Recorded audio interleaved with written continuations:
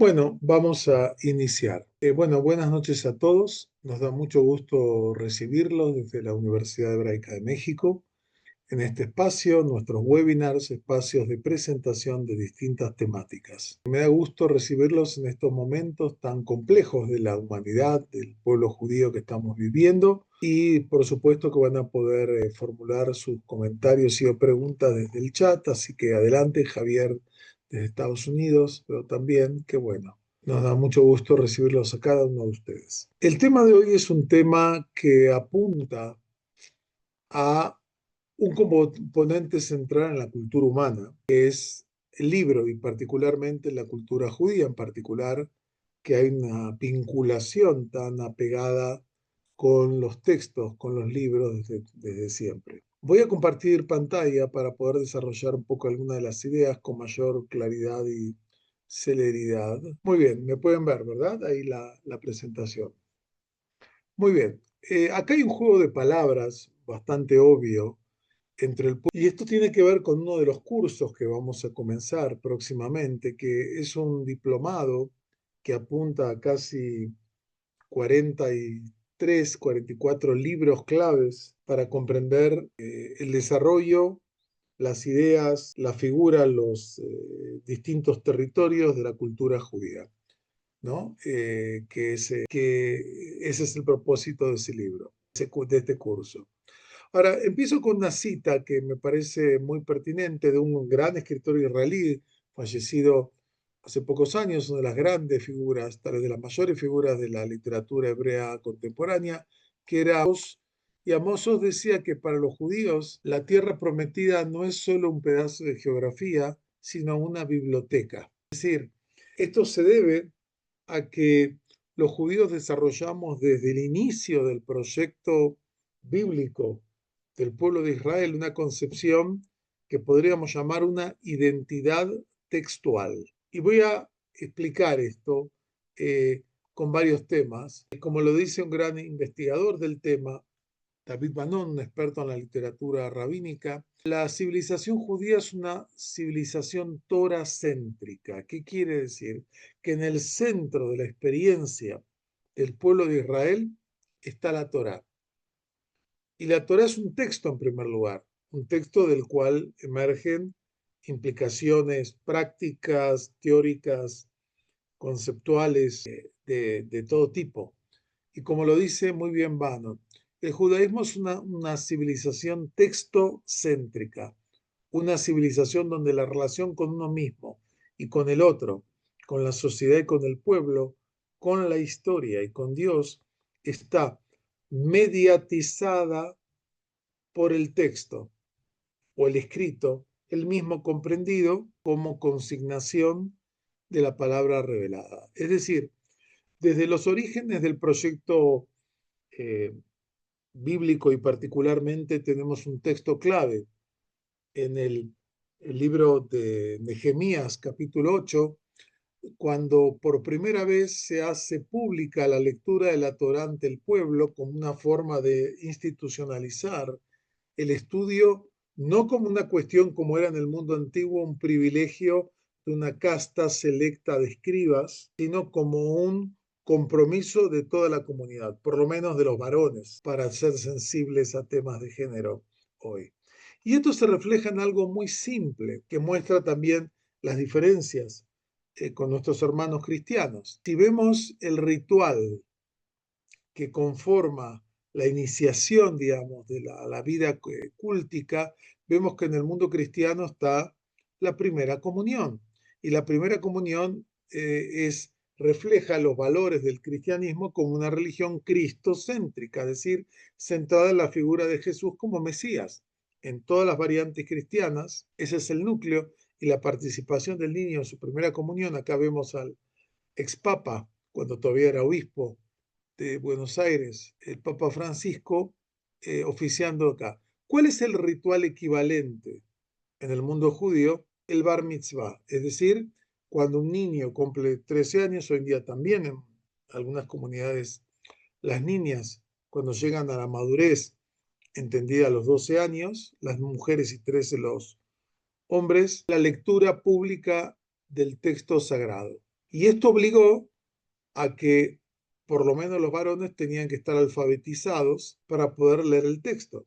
Entonces acá vemos a través de estos dos rituales claves en cada una de estas tradiciones religiosas, espirituales, en uno la centralidad de la experiencia cristocéntrica y en otra la centralidad de la experiencia toracéntrica. Y para la experiencia toracéntrica hay que poder leer el texto. Y esto explica por qué en la Edad Media, cuando la abrumadora mayoría de la población era analfabeta, el mundo judío era en gran medida alfabetizado, tanto por la cuestión de la Torá como por la cuestión, digamos, de esta herencia. En un bello libro que aparece aquí, que escribió Amos Oz, este gran escritor, con su hija, la profesora Fania Oz Salzberger, en este libro, que es muy recomendable, es muy ameno, Amos Oz y su hija exploran el trayecto y el lugar de la palabra y de los libros en la identidad judía. Y ellos mismos ratifican este concepto de esta identidad, siendo los dos judíos seculares. Los dos ratifican el concepto del judaísmo como una cultura bibliocéntrica, donde los libros, el diálogo entre generaciones es fundamental. Y él plantea, de alguna forma, esto es una cuota, una cita, desde muy temprano en nuestra historia, comenzamos a depender de los textos escritos, de los libros. La gran narración y los mandamientos integrados en la misma pasaron de generación en generación sobre tabletas, papiros, pergaminos y papel, es decir, desde los orígenes del desarrollo del pueblo de Israel, esta idea de la narrativa, de la experiencia de los profetas de Israel, desde Moshe en adelante, va a ser registrada oralmente, después en textos, en distintos dispositivos que van a ser transmitidos de generación en generación. Y acá viene algo que agrega a Mozos que ayuda a entender algo importante, que mientras en otras sociedades premodernas preservaron su mediante un patrón padre, relato, hijo, ese era el mecanismo. Los padres transmitían a los hijos los relatos de la tribu. El equivalente judío sería padre, libro, relato, hijo. Aparece algo más ahí en esta ecuación, que es el papel del libro. Desde muy pronto, relatar historias se convirtió en un precepto anclado en los textos.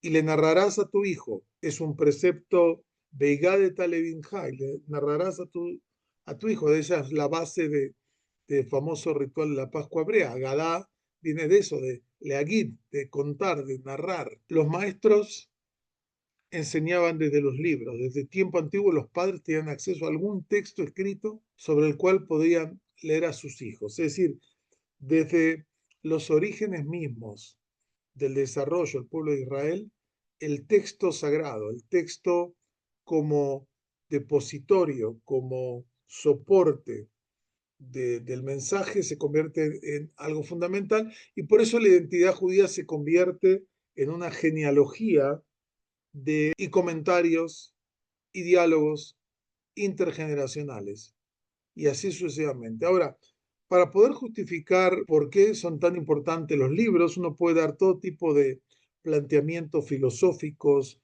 históricos y hasta teológicos. Pero encontré un cómic que lo expresa mejor que nada, muy breve, y con esto podría terminar la charla. La verdad es que con la realidad que estamos viviendo, en todos los sentidos, hace falta mucha lectura, mucha imaginación, mucha fantasía, para poder escapar de un mundo tan complicado, tan violento, tan absurdo como el que nos rodea.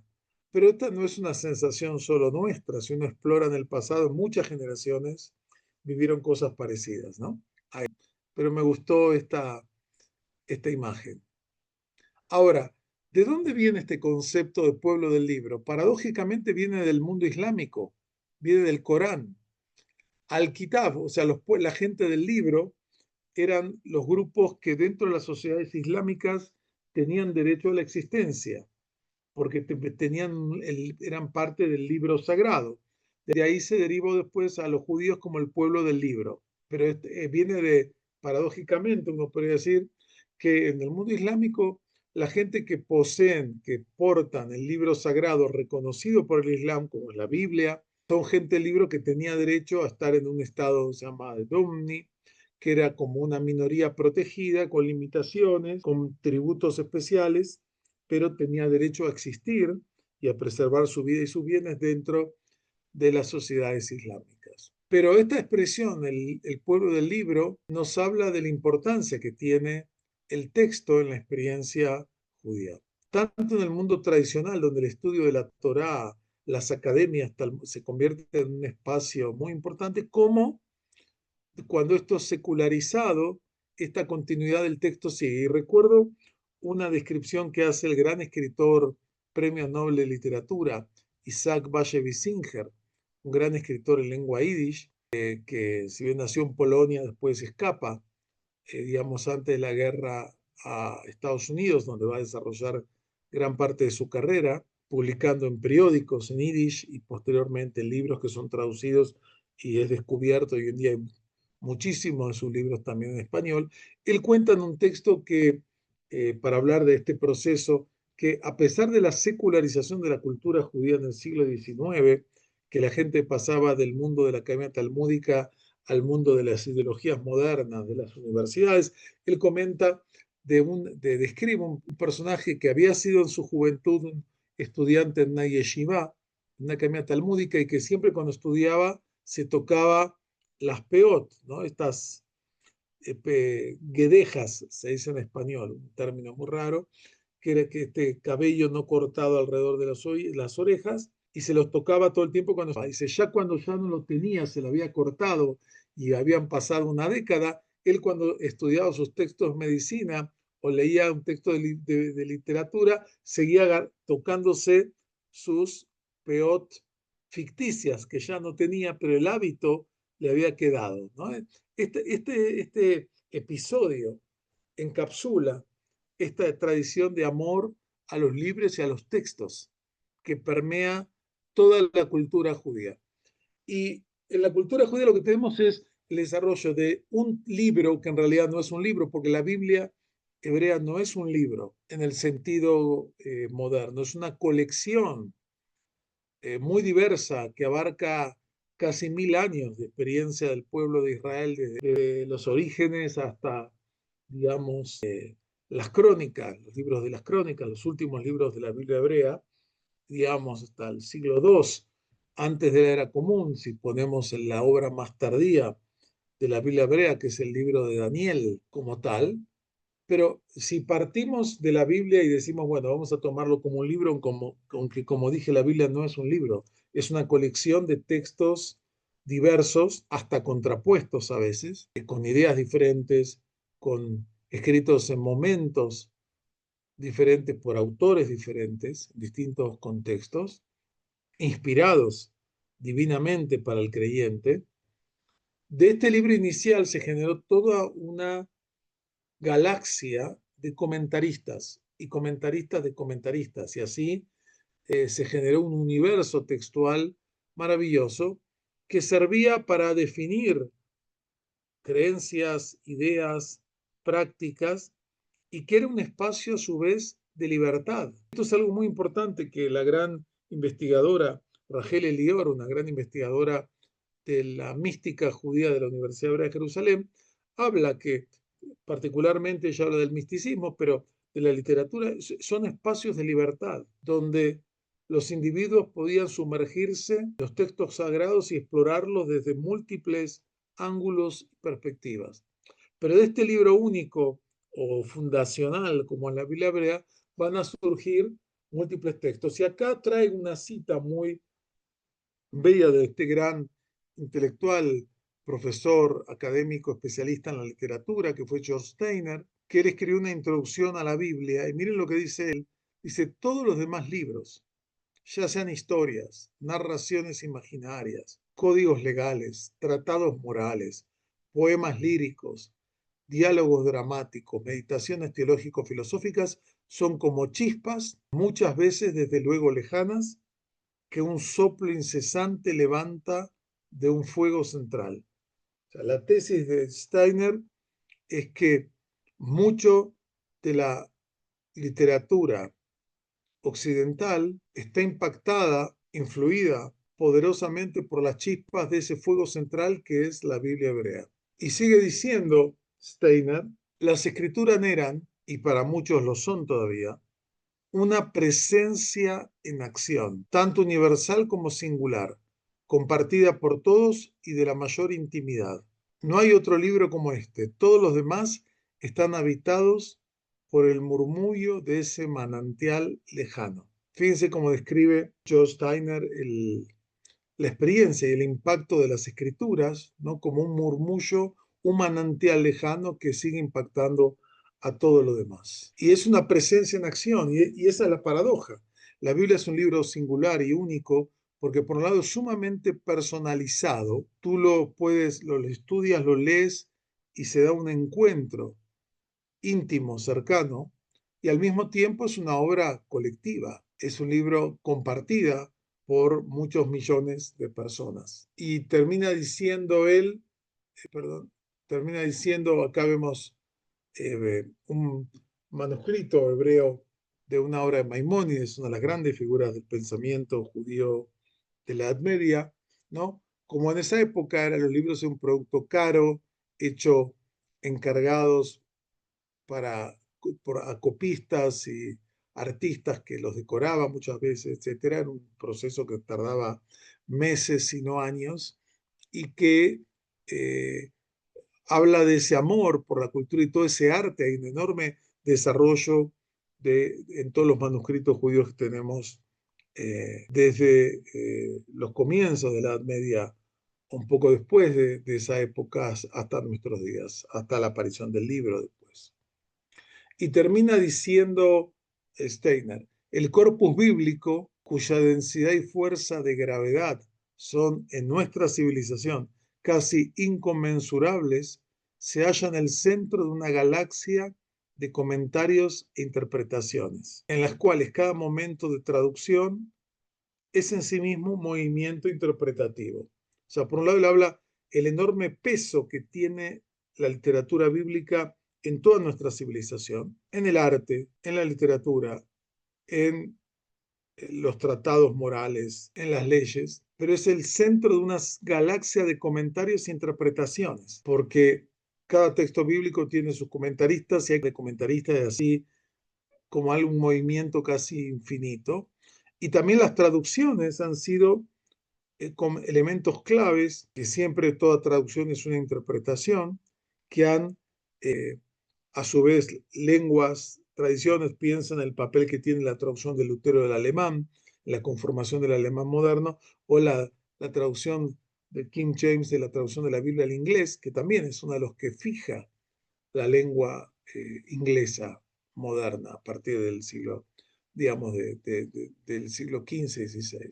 Y esta multiplicación de textos, algo maravilloso que en el mundo judío tenemos la literatura clásica rabínica, que de la Biblia se va a dar dentro de la literatura de la Mishnah, del Talmud, de los Midrashim, los códigos legales, la poesía, la filosofía, las novelas, etc. Tal es así que Shai Agnon, premio Nobel de Literatura, el único hasta ahora de la literatura hebrea, uno de los más grandes escritores judíos, en mi opinión, del siglo XX, alguien que describe como pocos la experiencia judía usando todos los niveles de la literatura y la lengua hebrea, dice lo siguiente: nuestra historia se cuenta en libros que se hablan unos a otros a través de los siglos. O sea, es difícil entender este diálogo, aquel que no lo ha experimentado. Cuando uno lee un comentario, digamos, de la Biblia, en hebreo, Mikraot Gedolot, está el texto bíblico, están traducciones del siglo I y II de nuestra era, hay comentarios del siglo XI, XII, XIII, está Rashi, está Ibn Ezra, está hay múltiples que pareciera que dialogan Tarrambán, es decir, uno encuentra este diálogo como tal, que para los judíos es algo muy natural y que explica ese afán y ese amor por la cultura y por el texto. También hay que entender que el libro es una conversación, porque el libro requiere, la lectura es un momento muy personal. No era así en la época antigua. En la Edad Media la lectura no se hacía en forma privada ni en silencio. La lectura se hacía en voz alta. Si una persona se sentaba sola frente a un libro y leía como leemos nosotros en silencio, lo hubiesen visto como un hereje o alguien raro, porque las lecturas eran en voz alta. Tal es así que el verbo licró en hebreo, leer, originalmente quiere decir leer en voz alta, como cuando se lee la Torá. Licró va Torá es, no se lee en silencio, se lee en voz alta. Y acá está una de las paradojas de la lectura, que por un lado es una experiencia muy personal, muy individual, pero por otro lado es una experiencia también compartida con otros. Y lo que dice George Steiner es que ser judío significa estar habitado por una polifonía de voces. Y los textos del judaísmo son una biblioteca viviente, no son verdades cerradas, sino hay un diálogo incesante. No solo en el ámbito, digamos, de las ideas, también hasta en el ámbito de la ley judía. Cuando uno explora el desarrollo de la ley judía desde la Biblia, pasando por la Mishnah, la Gemara, los primeros comentaristas, uno ve que hay todo un diálogo para poder definir qué es lo que se permite, no se permite, en qué caso y por qué. Uno ve que acá también hay múltiples voces y no todas las posturas son similares. Y también hay que entender que esta conversación hace que cada generación escribe su propio comentario, ya sea que lo escriba literalmente o en la forma que lo lee. O sea, nosotros sabemos que leer es un acto muy complejo, donde todo lector trae supuestos acerca del texto, forma parte de una tradición, se conecta también con el distanciamiento, particularmente cuando son textos antiguos, escritos en otras lenguas, en otras épocas, en otros contextos, ¿no? Y hay todo un desarrollo muy amplio de la hermenéutica en el mundo contemporáneo. Ahora, el estudio también en el judaísmo es considerado un acto sagrado y comunitario. En la tradición judía, el estudio, la lectura es un acto, forma parte del culto. Por ejemplo, el ejemplo más claro es la lectura de la Torá. Dentro de los rituales sinagogales, nosotros en distintos días en la semana leemos fragmentos en forma pública del texto de la Torá, la parashá de la semana, que vamos leyendo. Estamos ahora en el último de los libros de la Torá, en el Deuteronomio.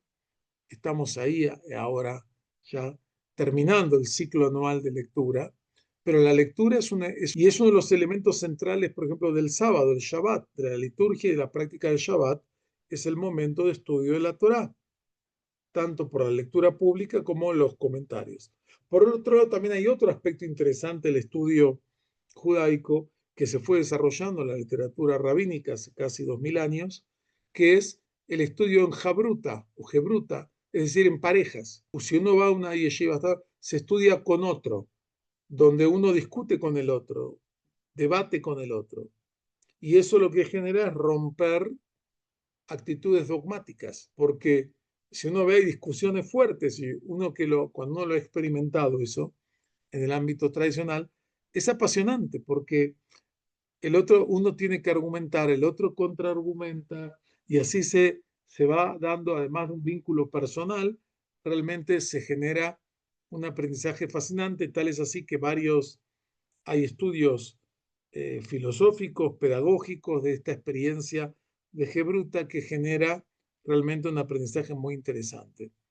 Y esto lo dice muy bien uno de los grandes estudiosos y traductores de la literatura judía clásica al mundo moderno, el rabino Radin Steinsaltz, quien planteaba, él es el que tradujo el Talmud al hebreo, ¿no? Parece paradójico, pero para que la gente que no sabe, el Talmud está básicamente escrito mayormente en arameo, y la gente de Israel, que puede ser que el hebreo sea su lengua materna, no podían leer el texto. Él lo tradujo con aclaraciones, etcétera, y otras obras también. Y él decía que en el judaísmo estudiar es una forma de rezar, o sea, tiene un sentido espiritual la experiencia del estudio. O sea, no es solo un uso instrumental del libro, es un uso que genera una conexión, digamos, poderosa, tal. Y también hay toda una dimensión ética y comunitaria de la lectura. Digamos, hay que entender que toda esta experiencia crea comunidad, porque si uno piensa que en todas las sinagogas del mundo en esta época, a veces hay diferencia en Israel de una semana con los textos, se leen los mismos textos, eso genera, ¿no?, que uno ve que los mismos textos, las mismas historias son discutidas en las sinagogas, en los hogares, globalmente, y esto es así no desde ahora, sino desde hace muchos siglos, sino milenios. Ahora, hay que entender también que dentro de la idea de los libros y la conexión del pueblo del libro con los libros, ha habido todo tipo de cambios que tienen que ver con los soportes tecnológicos, desde los manuscritos, después el códex o el libro, digamos, que es un invento romano, ¿no? De esta idea de que en lugar de los rollos se corta y se cose y se genera lo que es el libro. Entonces tenemos,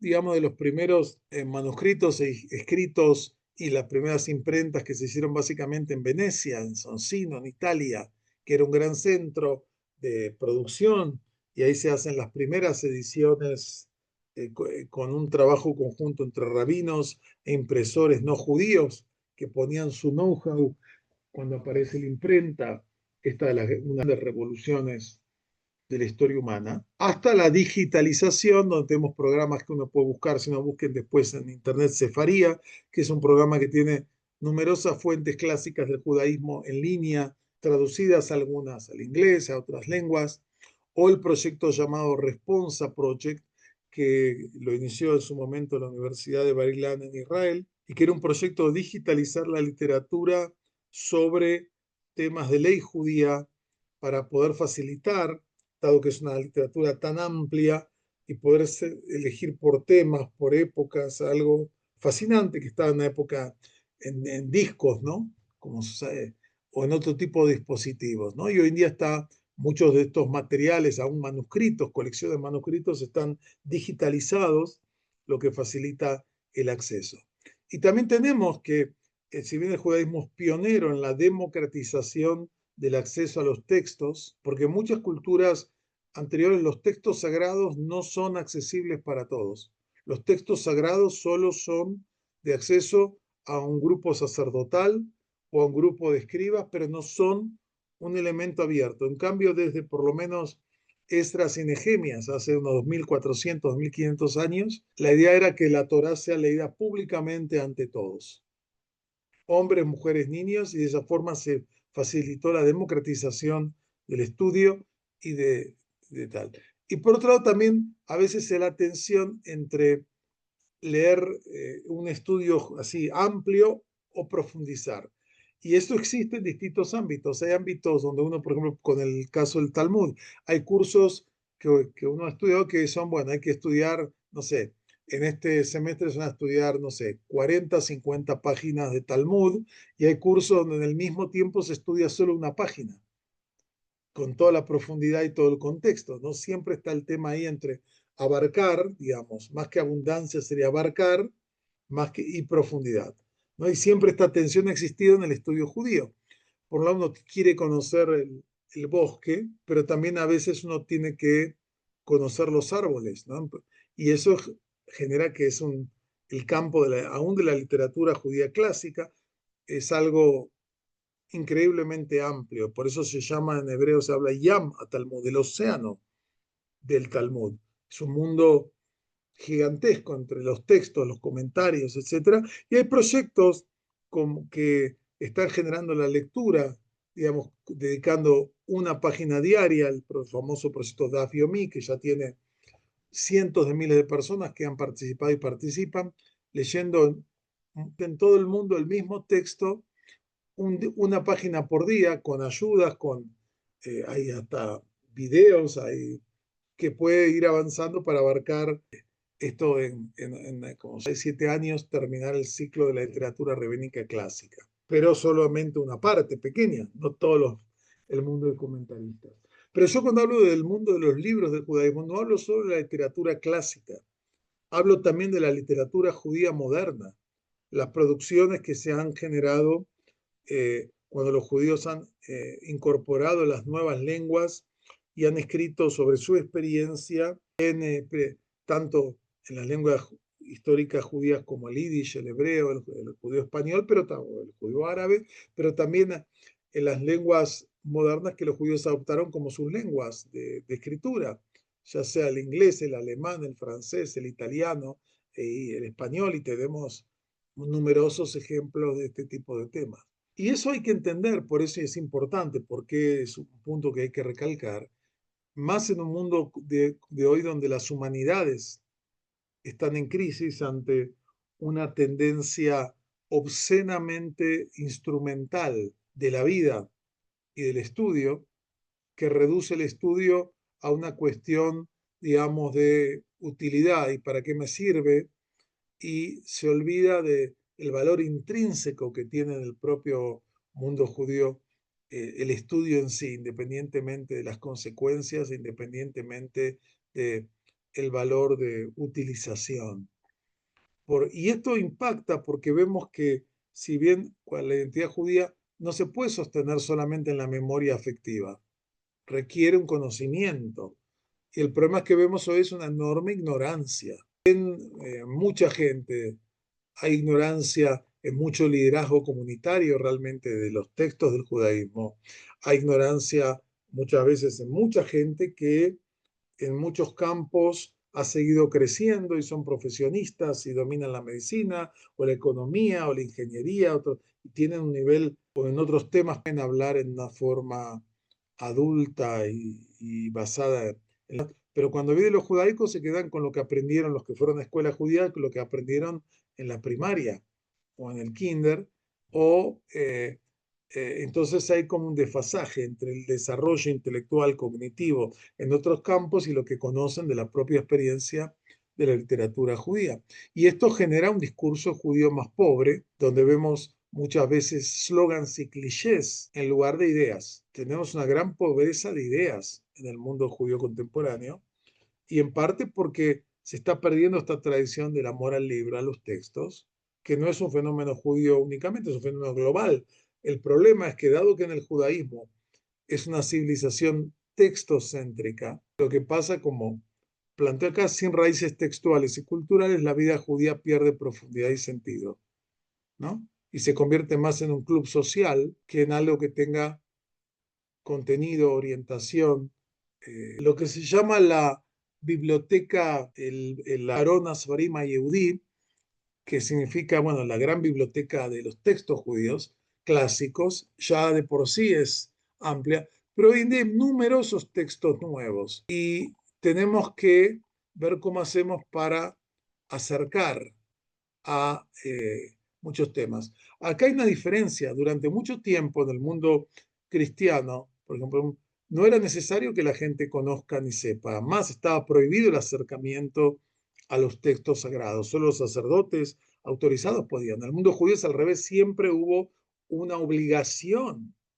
de conocer el texto. Era una mitzvah, un precepto religioso, enseñar al hijo a leer y a conocer los textos. No era un tema más. O sea, es verdad que hay un problema global, como menciona Raúl.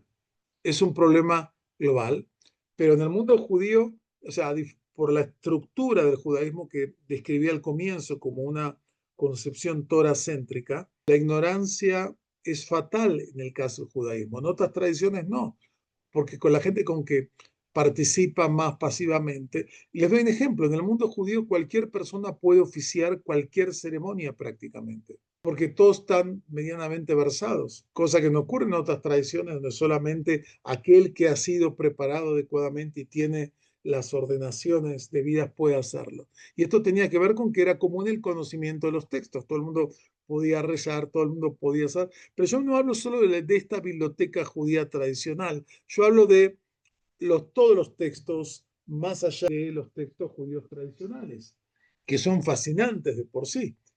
Les doy un ejemplo. Voy a presentar las próximas semanas en un congreso me pidieron que desarrolle sobre el concepto de la verdad en el judaísmo, un tema hoy en día muy polémico con todo el mundo de la posverdad, la fake news, todo lo que está ocurriendo que alrededor que nos desorienta y pareciera ser que está puesta en cuestionamiento la posibilidad de la verdad se defina como se defina en ámbitos lógicos, científicos o en otros ámbitos.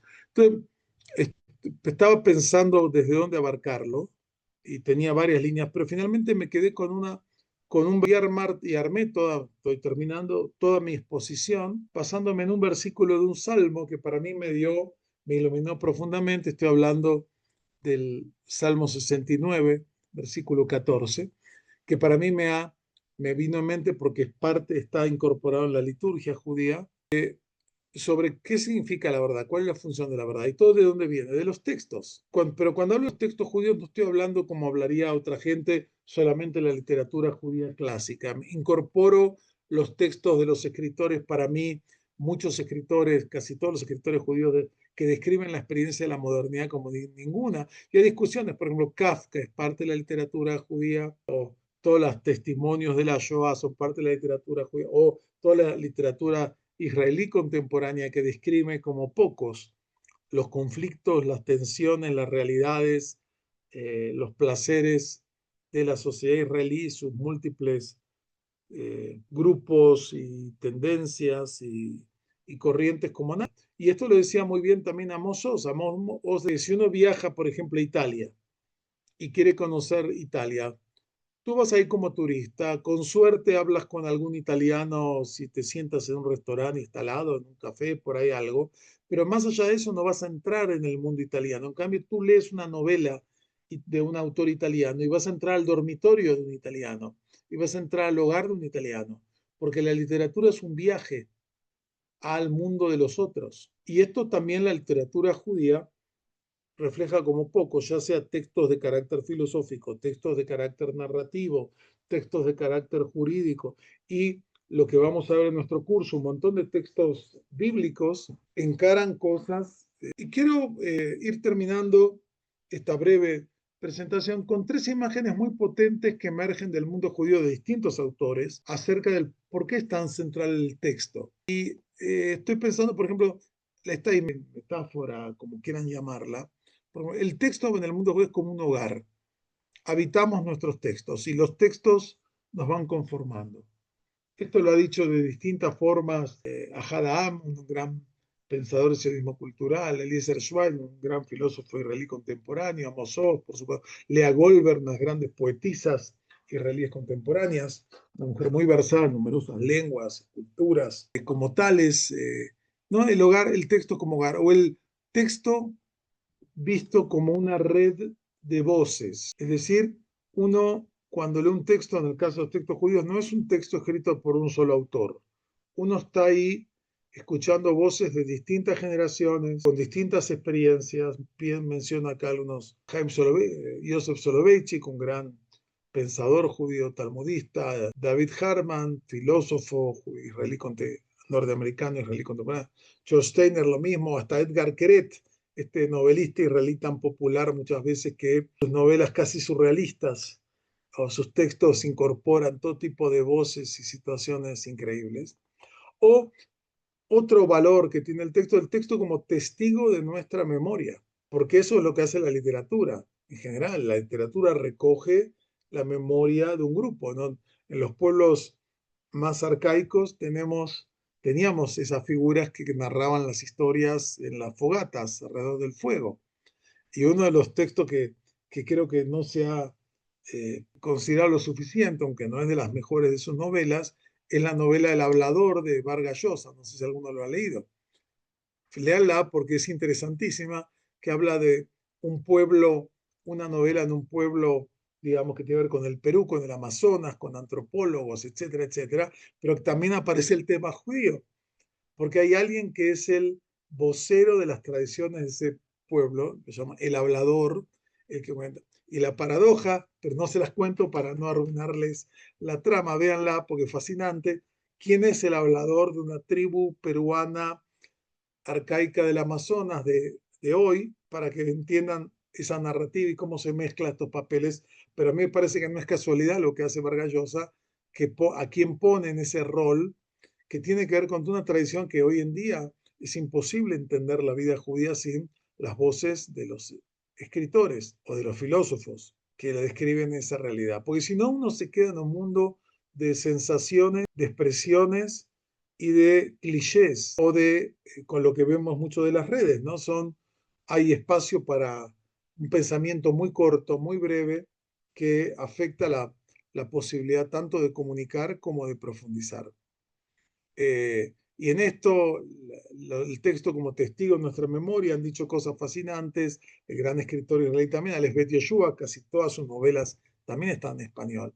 Martin Buber habla de eso, ¿no? De un pueblo centrado en la memoria y cómo los textos, para él particularmente, tanto la Biblia como los textos hasídicos que él exploró, o Shmuel Agnon, este gran escritor israelí que maneja un lenguaje único en su género, combina todos los géneros y que es la tortura de los estudiantes de preparatoria de secundaria en Israel porque casi no lo entienden, aunque sean nativos.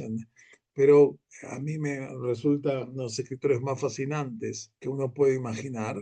O el propio Primo Levi, este sobreviviente de Auschwitz, este gran escritor químico de Turín, de Piamonte, que trae toda la tradición judía italiana del Piamonte y que describió en sus libros, y esto es su nombre y todos los demás, ese testimonio que solo puede dar la literatura.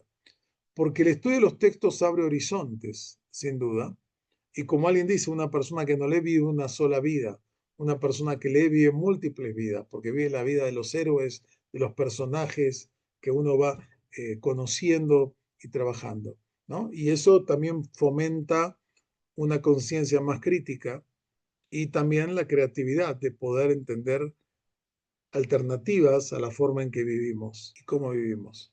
Nosotros en este curso que vamos a empezar, que se llama, como decía el título, del pueblo del libro a los libros del pueblo, vamos a hacer un recorrido desde el Génesis, desde el primero de los grandes libros que está colocado como primero en la Biblia hebrea, hasta autores obviamente modernos y contemporáneos.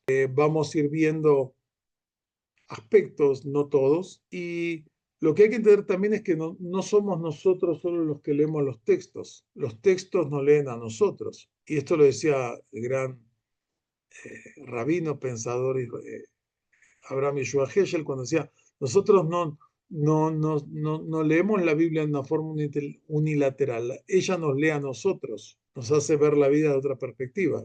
Lo mismo planteaba Buber en ese sentido. Y hoy queda claro que vivimos una disociación entre el mundo del individuo judío y los textos judíos, ¿no? O sea, si una persona no puede acceder o tiene una idea, hoy en día puede buscar con inteligencia artificial cosas, pero tiene que saber procesar y saber preguntar qué quiere saber, si no caen en cualquier cosa.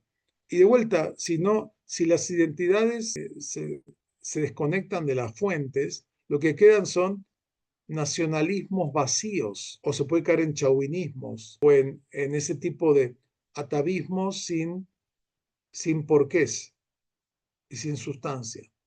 Y acá viene algo interesantísimo. Ustedes saben que en hebreo, que esta es una palabra obviamente griega que entra al hebreo rabínico, apicaros quiere decir, viene de picurio, apicaros quiere decir hereje, ¿no? En hebreo rabínico era el hereje. Y durante el judaísmo moderno hubo mucha crítica de gente que venía de hogares tradicionales, que había estudiado, pero que se rebelaba contra ese mundo judío tradicional y buscaba nuevos horizontes, nuevas formas de vivir, ¿no? Abandonando muchas veces la observancia o las prácticas judías, en algunos casos más, menos, había de todo. Pero eso significa ser apicoroso, es decir, el hereje, pero el hereje conoce. Y en cambio, un Amaretz es un ignorante. Y eso lo dijo hace muchos años un gran educador que estuvo en Argentina, Chaim Filkenstein, que era de la red de escuelas, en su momento Sholem Aleichem, después se fue a Israel y dirigió varios proyectos educativos, y él decía, quisimos crear o que hacer crecer una generación de, digamos, de rebeldes, y lo que creamos es una generación de ignorantes. O sea, él reconoció el fracaso del proyecto educativo.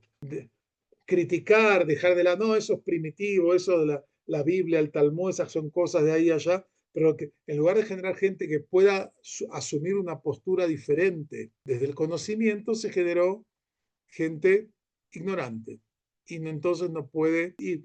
La buena noticia es que uno puede reconectarse. Hoy en día sabemos que hay lo que yo llamo reconexiones postmodernas, es decir, una persona aunque no haya tenido ningún tipo de experiencia, o que ni sea judío, ni o no le interesa el tema religioso, puede encontrar una enorme fascinación en la literatura de un tipo y otro, como hay gente que encuentra una fascinación en disciplinas chinas o en la meditación o en un tipo de literatura o en un tipo de comida que no tiene nada que ver con uno, pero les resulta fascinante como tal. Y para terminar, entonces, los judíos han vivido generaciones tras generaciones dentro de un país hecho de palabras. Es parte de nuestra identidad, esas palabras, esos textos. En algunos casos el texto coincide con un territorio y por eso la literatura israelí refleja ese choque entre ese mundo de la cultura de las palabras y de los textos y un nuevo contexto histórico como tal. Entonces, los invitamos a todos que quieran, que les interese estos temas, a incorporar este curso que también es presencial, es híbrido. Uno lo puede ver si está en la Ciudad de México viniendo a la universidad, pero lo puede ver desde el salón de su casa, desde donde quiera, vía. Ahora, la universidad creó lo que llamamos ahora ecosistemas académicos, donde hay un montón de cursos que se conectan. Y tenemos esos cursos disponibles que ahora voy a hablar. De esto, si hay preguntas o comentarios, por favor utilicen el chat que con gusto me referiré. Pero fíjense, nosotros tenemos para ofrecer, el que le interesa estudiar la cultura judía, como dije, mucha charlatanería en internet, hay de todo, hay cosas muy buenas, pero mucha charlatanería, muchas son cosas sin fundamento, muchas son cosas que no hablan desde el conocimiento, sino desde el prejuicio o desde no sé dónde. Nosotros tenemos dos programas que son estrellas. La maestría en estudios judaicos, que acabamos de empezar esta semana y todavía, si alguien quiere, se puede incorporar, que es un programa que se da en dos modalidades. Presencial para que está en la Ciudad de México y en línea. Y tenemos estudiantes todavía no hemos tenido estudiantes de África, de Europa, de América, de Israel y de Estados Unidos, por supuesto, y de México, porque hay muchísimas ciudades, estados y muchos países de América Latina, desde Cuba hasta Venezuela, hasta Colombia, Perú, Argentina, Brasil, realmente un grupo muy amplio. Es un programa muy interesante que dura 2 y medio, depende de la modalidad, que se puede estudiar totalmente en línea. Es un programa académico, es una maestría que requiere obviamente estudiar, trabajar, etcétera. Pero además de esto tenemos varios programas. Primero, un curso, un diplomado que empezamos ahora el ciclo, son 3 semestres, una introducción al judaísmo.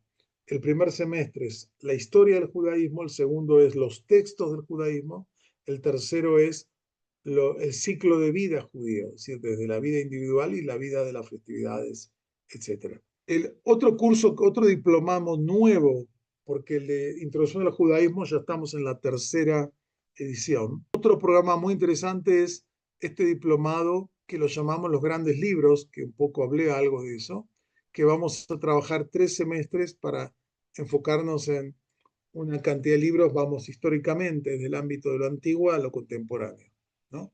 Empezando por textos bíblicos y otros que vamos a ver ahora. También es una, se puede cursar en forma. Y también tenemos otros dos cursos, uno que empieza ahora que es Israel, la diáspora en crisis, corrientes, tensiones y el futuro del judaísmo, abordando algunos de los temas que están preocupando al mundo judío a partir del 7 de octubre, aunque muchos venían de antes, acerca de lo que pasa en Israel, lo que pasa en América Latina, en Estados Unidos, en Europa, etcétera, y las interacciones. Y un curso que va a empezar que va a empezar en septiembre, muy interesante, es entender de la Biblia a la sinagoga, historia y evolución de la música litúrgica judía, ¿no? Un curso muy interesante donde va a haber todo el desarrollo, tanto de los textos como de la liturgia y de la música hasta el siglo XX, ¿no? Es fascinante como tales. Estas son las propuestas que tenemos para este semestre. Va a haber algunas cosas más que vamos a traer y están todos invitados a acercarse. Acá tienen los datos donde buscar información, están los teléfonos, están las redes donde puede interiorizarse más del contenido, los costos, los tiempos, etcétera, de la universidad, ¿no? Como tales. No veo, a ver si hay algo más. Ahora acá veo el programa del curso. ¿Alguien quiere ver? Ahora veo. ¿Por qué se lee la Torah cantando? Pregunta Raúl. Bueno, eso es que cuando el hebreo es una lengua consonántica, O sea, el hebreo no tiene las vocales puestas, salvo hay algunas consonantes que cumplen el rol como vocales, pero cuando se puso desde el siglo V, VI hasta un grupo de gente, los masoretas definieron la lectura, la puntuación, la vocalización e incorporaron signos de lectura que se llaman en hebreo Tameya Mikra. Y eso hace que sería con puntos, comas, etcétera, y se generó una cantilación que después también tomó el mundo cristiano y en parte también el mundo islámico, donde lo mismo, el mundo islámico se cantan las suras del Corán, como se canta, o sea, la lectura de la Torá, en la sinagoga no se lee en el sentido nuestro convencional moderno, sino que se canta respetando este sistema que viene desde, tiene más de un milenio y que hay variantes de acuerdo al origen de la comunidad, pero los signos son los mismos. Hay signos que están dentro del texto bíblico que cumplen la función de lo que serían signos de interrogación, de punto, coma, signo de admiración, que eso hace las lecturas, le da ese sentido como tal. El programa básicamente explico, el primer semestre abarca textos del mundo antiguo. Vamos a leer varios libros bíblicos, algunos libros también al final de la época del Segundo Templo, como algunos temas de la obra de Filón, de Flavio Josefo, que de esa época. Después, el segundo semestre, vamos a ver el tema, algo de la literatura rabínica también, de la Mishnah. A partir del segundo semestre, básicamente son obras de la Edad Media. Vamos a leer libros como la Guía de Perplejos, como la obra de el libro de las creencias y las opiniones de Sadia Gaón, el Kusari de Rabbi Yehuda Halevi. Vamos a ver diversas obras, digamos, hasta la literatura jasídica, etcétera. El último, vamos a ver obras del siglo XIX y XX, que implican obras de la novelística, de la literatura judía contemporánea, vamos a ver obras del pensamiento judío contemporáneo relevantes. Es decir, si en el programa puedes tener acá ya Lucero, te mandó la información donde puedes ver todo el programa detallado. Están todos, en cada uno de los cursos está el programa detallado, en algunos casos también con los profesores en cada caso. La maestría se puede estudiar en línea aún estando en el DF. Tenemos gente que también está en el DF y prefiere por algún motivo cursarla en línea, ¿no? Así es, hay gente que la puede cursar en línea aunque viva a 2 cuadras de la universidad, si quiere, es lo mismo, no hay problema, lo puedo hacer. Pero si te interesa, muévete mañana mismo porque tú puedes ingresar ahora si no tienes que esperar hasta enero. Así que si quieres ahora, todavía se puede, recién estamos empezando, así que no hay problema todavía esta semana y la que viene está ahí posibilidad, después ya no. Bueno, no sé si hay alguna pregunta o comentario más. Tienen acá el acceso, los datos para incorporarse. Nosotros en la Universidad Hebraica nos encanta promover la difusión de la cultura judía. Y cada uno somos muy bendecidos de tener alumnos y estudiantes muy diversos en sus creencias, en sus formaciones, en sus perspectivas, y eso genera un interesante espacio de diálogo y tal. Sí, el diplomado es independiente, Javier, de la maestría. Hay gente que toma las dos cosas, ¿eh? Toma la maestría y toma algún diplomado, pero son totalmente independientes. También tenemos programas para aprender hebreo en línea. El que quiera, también en incorporación, pueden aprender hebreo desde cero hasta niveles más avanzados. Si nuestra función es trabajar en la investigación, en la enseñanza y en la divulgación de la cultura judía desde una perspectiva académica. Eso nos distingue de otro tipo de ámbitos, que hay sinagogas o otro tipo de comunidad. Ahí, digamos, también se enseñan estos temas, pero desde otras perspectivas un poco. No, pero nosotros somos una institución educativa académica y esa es nuestra función, abierta a todo aquel interesado en conocerlo. Así que bueno, muchas gracias a todos por participar de este webinar. Esperamos verlos en los distintos programas de la universidad. Así que hasta el próximo encuentro. Gracias a todos por participar, estén donde estén, y deseo que los saludo con el saludo que es el deseo más necesario, tal vez, que es Shalom, que significa paz, plenitud, completud. Todo eso significa la palabra Shalom, ¿no? Que para nosotros es un término fundamental. Así que Shalom, como se dice en los textos bíblicos, la Karov y la Rajok. Shalom al lejano y al cercano. Buenas noches a todos.